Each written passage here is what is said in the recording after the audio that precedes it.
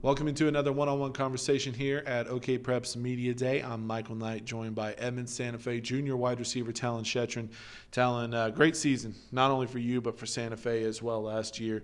Let's start in 2019, where you guys were able to, beat BA, beat Jinx both on the road, and then capture a district championship.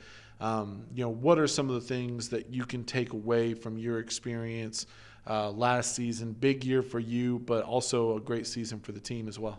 I can take a lot away from it, actually. The fact that, we were able to win, we beat BA, beat Jinx, it was good experience, but we're still trying to get over the hump, play in the state championship game.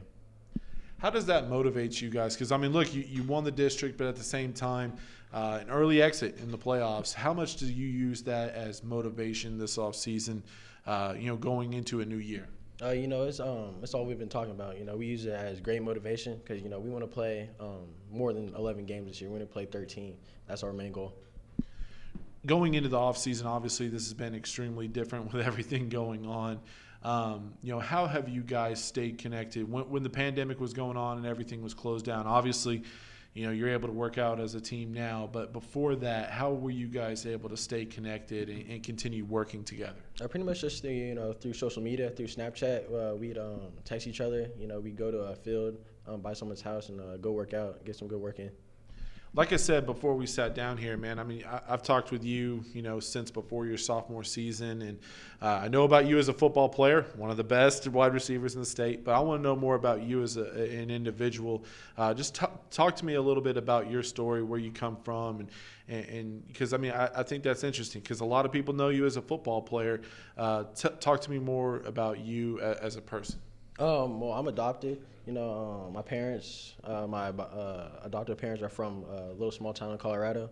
So they moved down here, then they adopted me, and I have two other brothers that are adopted. And yeah, that's pretty much what we've been doing now.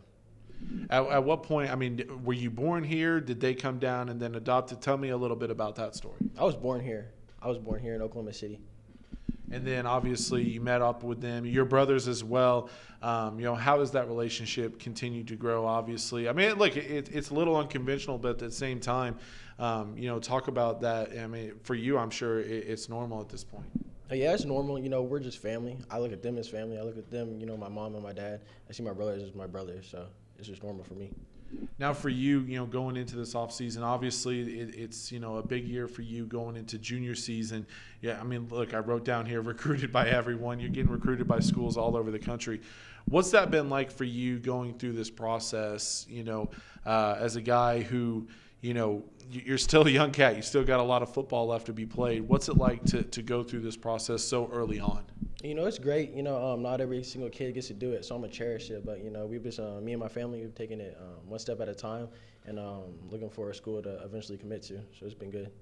What's that process going to be like for you as far as when you start narrowing things down, as far as what you're looking for in a future school? You mentioned, eventually you're gonna find that spot that you want to be at. What are some of the things that you're looking for in that future school? I'm looking for a school with great academics. That has to be number one. A good relationship with the coaches. They want to have a good relationship with me and my family, of course. And probably, that's it right now. And for you, how crazy? Look, I can say how crazy it's been, but it obviously has been, life-changing. It's a life-changing experience. How have you – because, look, this is probably my third or fourth interview with you, and the one thing that I take away is you're a very humble kid. How do you keep that humbleness throughout this whole thing? Because, there's people like me literally sitting here saying, you're the man. And at the same time, you're seeing it all over the country as one of the top wideouts. How do you stay humble and within yourself to not change, to not let this get to your head? Well, when I was younger, I never was that. I wasn't usually the best at everything. So, and my parents, they keep me humble. They don't tell me to get too big of a big head. Now, taking a look at 2020, obviously the expectations are to not only win another district title, but to contend for a state championship. What's something for you personally that you've been working on to improve your game going into this season? Probably just the detail on my routes and just the little details that will take my game to the next level. And then for as a team, as a whole, what's something that has to happen for you guys to get over that hump, to not only contend for a state championship, but to win the whole thing this year? We just have to do little things, we just have to buy in and actually become a team, not just on the football field, but off the football field. Like, we need to just become a good team. Well, Talyn, thanks so much for sitting down with me today, man. I always enjoyed talking with you. Like I said, one of the best wide receivers in Oklahoma. Again, one of the best performances I saw in person last year was his game against Jinx. We have the highlights up. You can check them out. Man, great season last year. Looking forward to what you and your teammates do this season, man. Thank you.